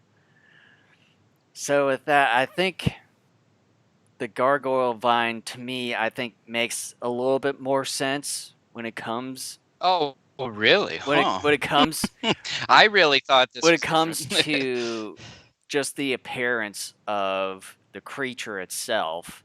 Because, I mean, it sort of makes sense with the rose part for that Satan Rose for the original Japanese title, but you only see that maybe in a couple shots here and there. Otherwise, it's just it more looks like a vine.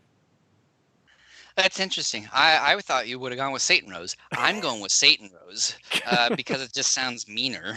Um, but again, late 1960s America, we don't want Satan Rose in our children's programming, so But to me, I we're going to think call it something different. just by looking at the appearance of the creature itself, I think gargoyle vine, just hence the word vine, I think it makes it a little bit more sense with it. Gargoyle Vine as a name is okay, but I can sort of understand why you find it more sensical because it is more of a viney type of plant uh, in its final form. But yeah. So here's the plot synopsis or overview of Satan Rose or Gargoyle Vine. Dr. Botanist is brought in by Emperor Guillotine to assist Spider and Guillotine in his conquest of Earth. Botanist captures Dr. Dorian to help spread the gargoyle vine, but he refuses. As a result, Botanist operates on Dorian so he will accept his commands. The vine is successfully grown and is placed in a coffee shop to continue its growing and to eventually attack. Botanist brings more vine seeds in for Dorian to begin their growth. Dorian refuses and Botanist orders Dorian's death. Botanist then steals Dorian's notes on the gargoyle vine to grow it himself. The lone gargoyle vine grows to extraordinary size and begins attacking Tokyo. Giant Robot is sent in to do battle. And after a long battle, Giant Robot destroys the gargoyle vine using electricity. Um, One of the reasons why I love this show so much is that we get these fun yet strange sub bosses assisting Guillotine Yeah. over the course of the series. All of these characters are unique, weird, and stand out on their own. I love Botanist. He is this silver skinned, bald headed, heavy eyebrowed, Well, narcissistic, cloak wearing goon. I mean, I love the this eyebrow guy. part, there's really no like eyebrow part, but like his brow area is just really extruding quite a bit. But yeah, it's like just sort of silver skin, although the ear part, like some of the earlobes and stuff, wasn't quite all the way painted with the silver color. But yeah, I would say at least uh, if you get the chance to look up Dr. Botanist, um, yeah, it's just really unique, crazy looking. individual in his own right.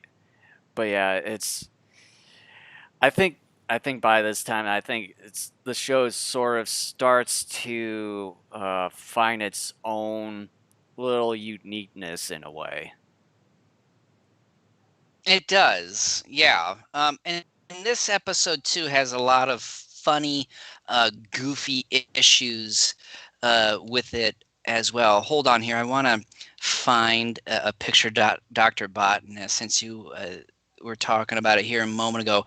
I want to share my screen with you here because I think this particular picture of Dr. Botanist Well, it says a lot about this particular character, and I love it an awful lot. well, But, I've got a picture here. If I can find it here and then put it on screen. Just give me 1 second, but why don't you discuss here while I find it? oh, here it is. Okay, I'm gonna share my Actually, screen here. here, let me do it here because I just found one here. Why don't you discuss while I do something here? Okay, so um, I do find it weird that when Dr. Botanist performs a surgery on Dr. Dorian, that there is no scarring on Dr. Dorian. And Here, again, though, why would they need him? see this is what he looks like off to the right. Just a silver looking, bald headed, kind of alien Yeah, there. I'm not seeing him on your screen. I'm looking. It's on the actual live feed here on YouTube and some of the other live streams here. Um, Oh well, then I guess I got to go over there. he's off to the right here with a really extruding sort of brow. And he has this really like as far as the dubbing version of this, it's like the dub voice for Dr. Botnus. It's really unique in a way. And then, of course, off to the left or to his right is Commander Spider, which you can kind of see sort of that Soviet style headwear uh, that he has on there. But yeah, so Yeah. that's Okay. Dr. Botnus. Okay. Well, let me show you on my screen. Let me do a screen I'm share. not sure if my system will be able to even pick up your thing though. Do you see that right there? Well, it's not even on the live feed, anyways. Oh, it's not. No, But do you see it though? on my end, yes, through Skype, but Look, not on the and live, I like that but not on picture. the live feed. That says But everything. yeah, I can at least try to find that similar page here. So why don't you continue?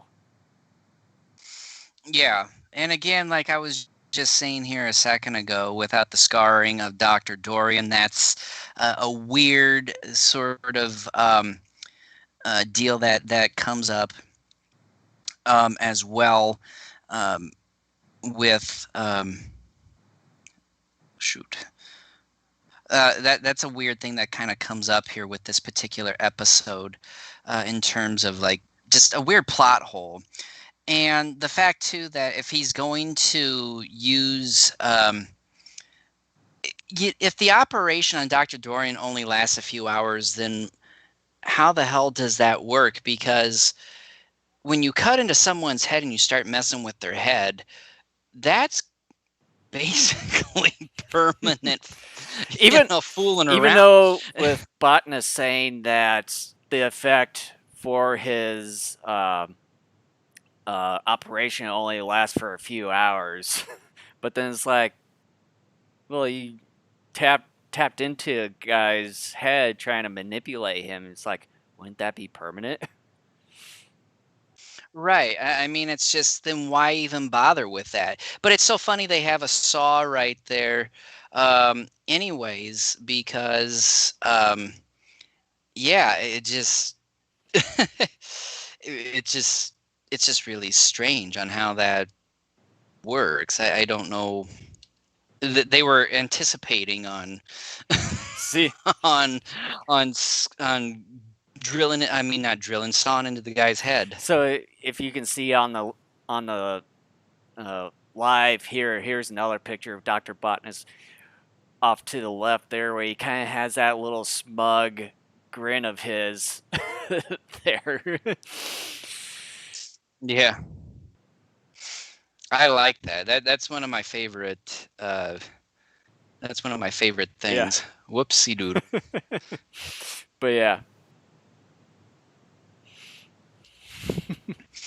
Um, I do love the Satan Rose. I like how it looks, and I think its cackle is incredibly creepy Yeah.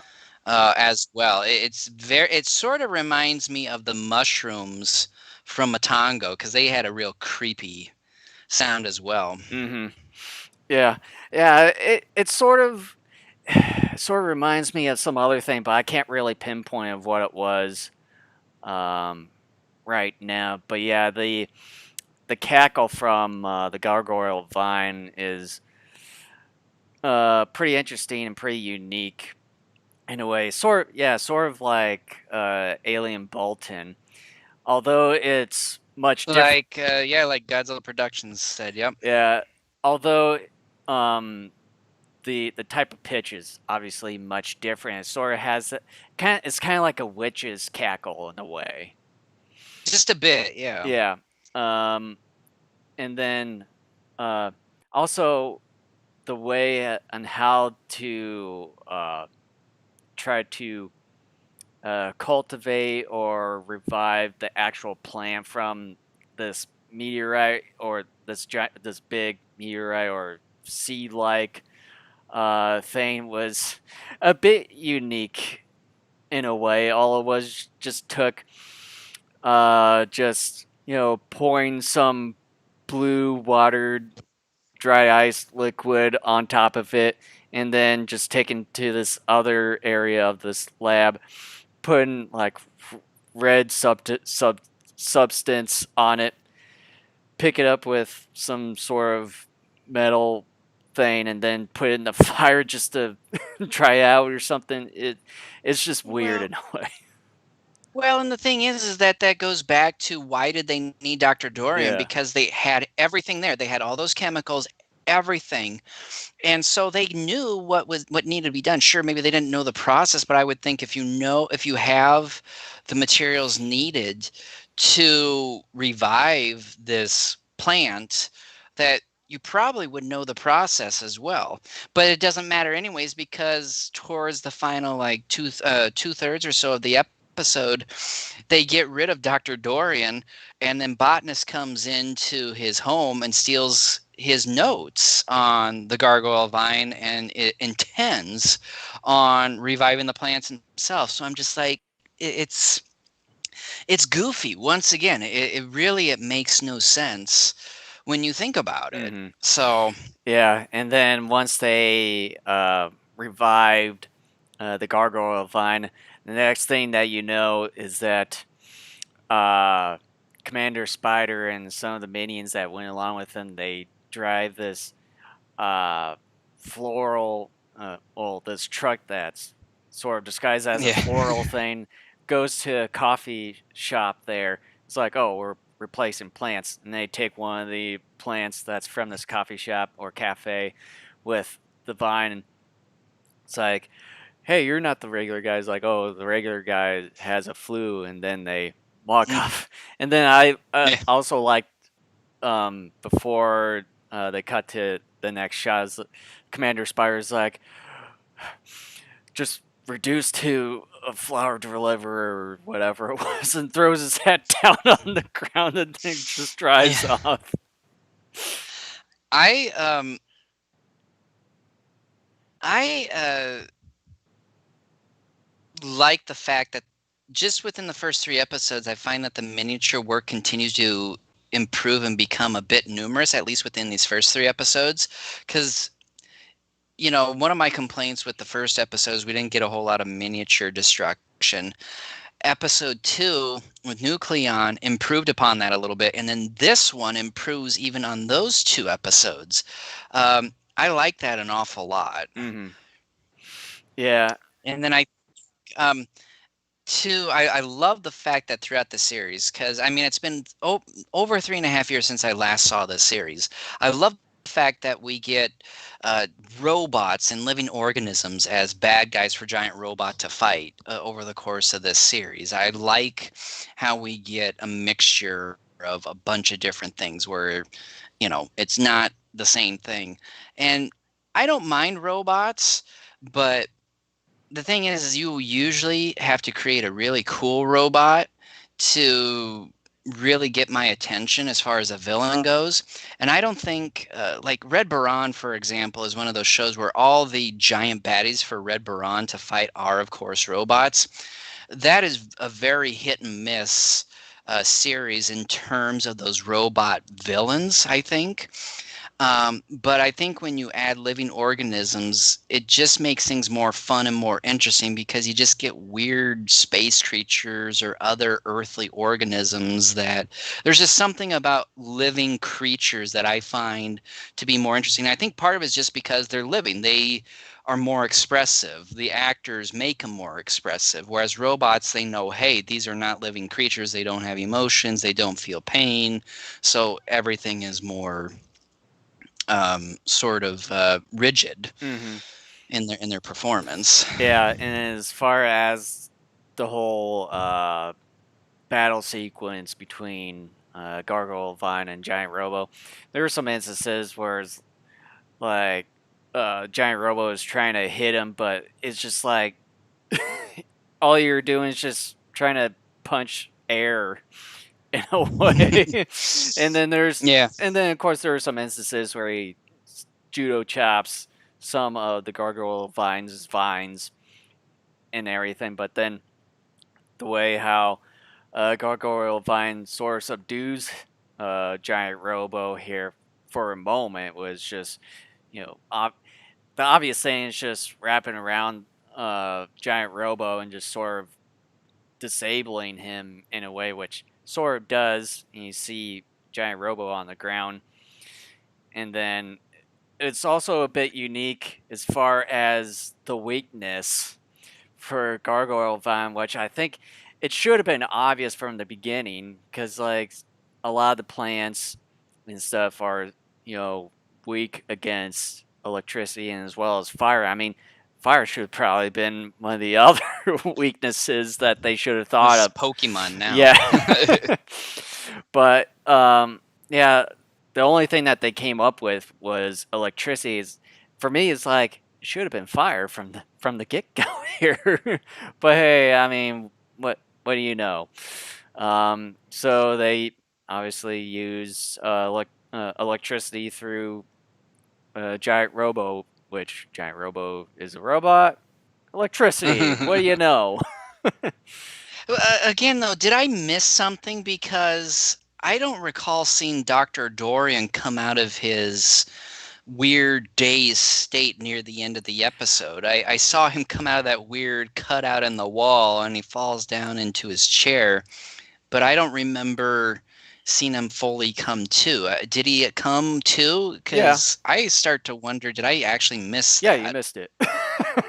Okay. Yeah, it I was thought we had another serious plot hole it there. was when right after Gargoyle Vine wraps Giant Robo and the vines and sort of temporarily disables Giant Robo and sort of continues on with the rampage, and the agents of Unicorn and the other agents of Unicorn were in that hospital room there where it was nearby where Gargoyle Vine was, and you see the building shake and everything, and that's when Dr. Dorian comes to. Okay, yeah, I must have missed it. Okay. Yep. Because I don't remember anything. Mm-hmm. So yeah, he's alive after being Okay. drugged there. All right, you want to go into final thoughts and a rating? Yeah, let's go in the final thoughts and rating. As far as episode 3, I think out of the 3 episodes that we've discussed today, I think this one is by far the best one that I've seen, especially with the introduction of Dr. Botnus. I think he himself, really makes the episode stand out in a way. He's an interesting character in and of himself. I just like the appearance of him, and I really like how he's going to be part of this entire show throughout. And it's yeah, I also liked whoever played Dr. Botnus. I wish they didn't really list him in the cast or anything. I'm guessing it's listed elsewhere, but I just don't have it on me right now. But I like the person who plays as Dr. Botnus. I think they whoever casted him, I think they made a home run. They made a home run selection Oh in this yeah, one here. absolutely. And as far as practical effects, they do a heck of a lot more this time around as far as having Gargoyle Vine go through Ravage an actual city instead of being on the countryside. Although with some of like building destructions here and there are some instances where like you'll just see some chunks of a building just you know fall down and stuff just being intact.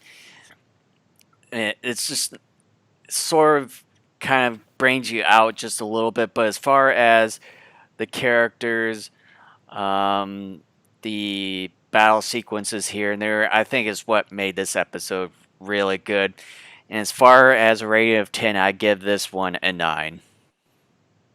All right. Uh, for me, the series continues to expand its use of miniatures and how weird yet fun it can be. Dr. Barton Botnus. Dr. Botanist is a downright absurd but a fun villain. The battle between Giant Robot and the Gargoyle Vine is incredibly entertaining and is satisfying with enough miniatures being destroyed and a battle length that is perfect. While this series has some obvious flaws, it's a show that is incredibly entertaining, and despite some of my criticisms, is a show I love and am still excited to revisit. And I also gave it a 9 out of 10. Um, and the thing I wanted to discuss, I wanted to do this before we even dived or dove into all of this, um, was sort of kind of similar to what we do with our commentaries, and that is our history with this series and sort of what our general thoughts were. And so I'll go first. Um, I got this series back in October of 2014, and I believe I had started watching it within the first month or so after receiving it.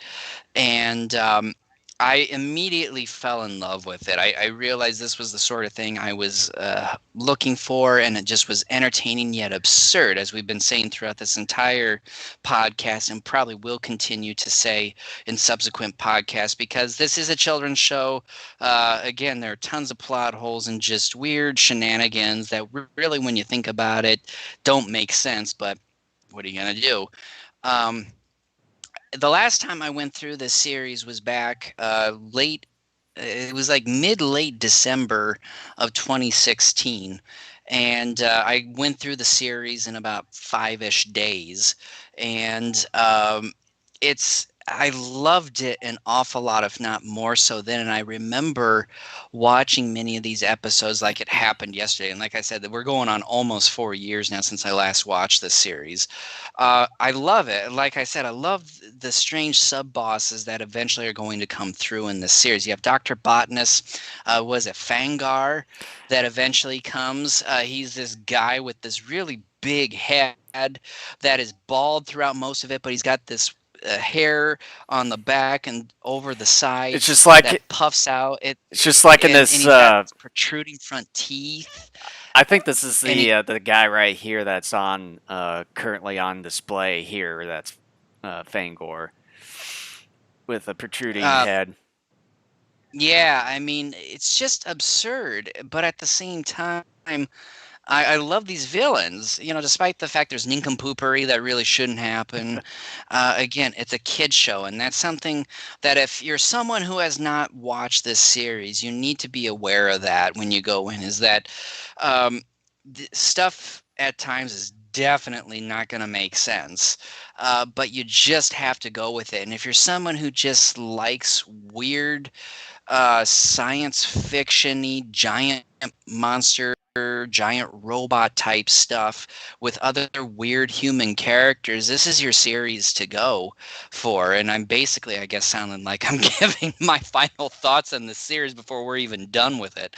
But I loved this series. This is my third time going through it, and again, I'm being reminded of the first two times I've gone through this series.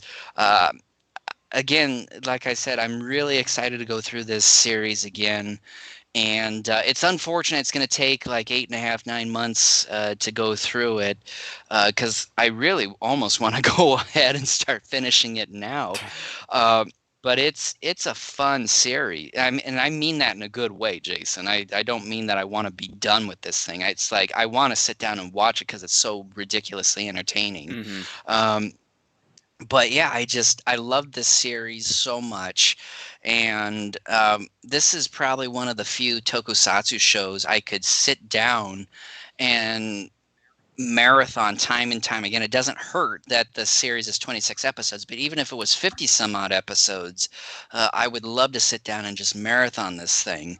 Um, this show, along with the original Twilight Zone, the Adam West Batman, um, the original Ultraman, Ultra Q, are examples of TV series that I love to revisit many times over, and it's fantastic. It's All I have to entertaining. say is just wait until you get the chance to watch Spectre Man. that one, I know I've had that for like several years, and I have yet to actually you're watch it. believe me, even though you keep telling me to watch Johnny Sokko and stuff the last few years up until I was it last year started watch well a couple of years ago until I started watching it, and then there was a time where I didn't watch or finish out the second half or the final disc of it up until several months ago. But I'm telling you now, if you have some time after we get done doing TokuZone here, you should at least start the first few episodes of Spectre Man. You're gonna love it. uh, s- Screw when we're getting done with this. I may try to do that in the next few weeks. But like I said, though, my son's starting school here like next Wednesday. My daughter's starting school like 2 weeks after that. Just trying to prepare for these podcasts going forward now for a while is going to be very tough for me. Well, you got the entire weekend here to That's not always easy, dude. just believe me, just try to No, check no. it out. You believe me. You don't have children. Just at least check the first few episodes out of Spectre Man. but Oh, I know. I um, intend on doing that, hopefully before the year's out. but yeah, as I mentioned earlier, I bought the series. Oh gosh, I maybe 3 4 years ago, and I haven't really watched it up probably until 2018 until Kent convinced me to finally get around to watching it. So I did, but then I didn't get around to finishing it out from to the final disc up until several months ago here. So uh, Johnny Sokko, the series itself, has more or less been a more of a recent watch for me. So it's sort of kind of rewatching it all over again, maybe like a couple months later. That's how fast it sort of got to me here. So at least it's sort of nice to relive some of these earlier episodes that I've seen back in, I guess, in 2018, which when was the last time I saw these first few episodes? Yeah, I mean it's a fantastic series. I mean, if you love crazy absurd stuff, this one will definitely tickle that fancy of Yeah. yours. A lot of these tokusatsu TV shows are really great. Yeah. So with that, thank you so much for listening. We'll be back in probably a couple of weeks. Let's see. Right now we're probably looking at pulling up my Sometime calendar in here. September. Okay, so I don't want to do it the 5th because I will definitely be very busy that day. Um, let's push it to the 12th, shall we? Sounds good with me because I know, So we get an extra yeah, because I week. know the 5th, that's basically Labor Day weekend, which I know some people are going to probably do their own thing, vacation, Well, probably maybe a little bit of road tripping here and there. But yeah, 12th sounds good to me. yeah, well, and I'm cleaning the house because that's the first weekend, and I that's when I do it. How about two instead of three episodes? Let's do four because we'll have an extra week. Sure, why not?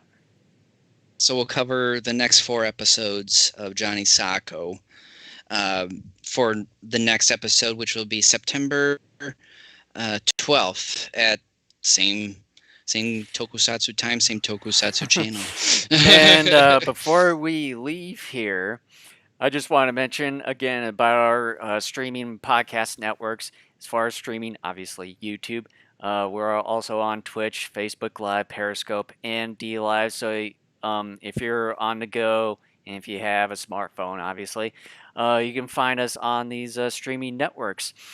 And as far as podcast networks, obviously Apple Podcasts, Google Play, iHeartRadio, Spotify, and TuneIn. And as well, if you have a smartphone as well, you can find us on any of these podcast networks. And as far as social media, you can like and subscribe to us on these following social media websites. Just search for Daikaiju Network.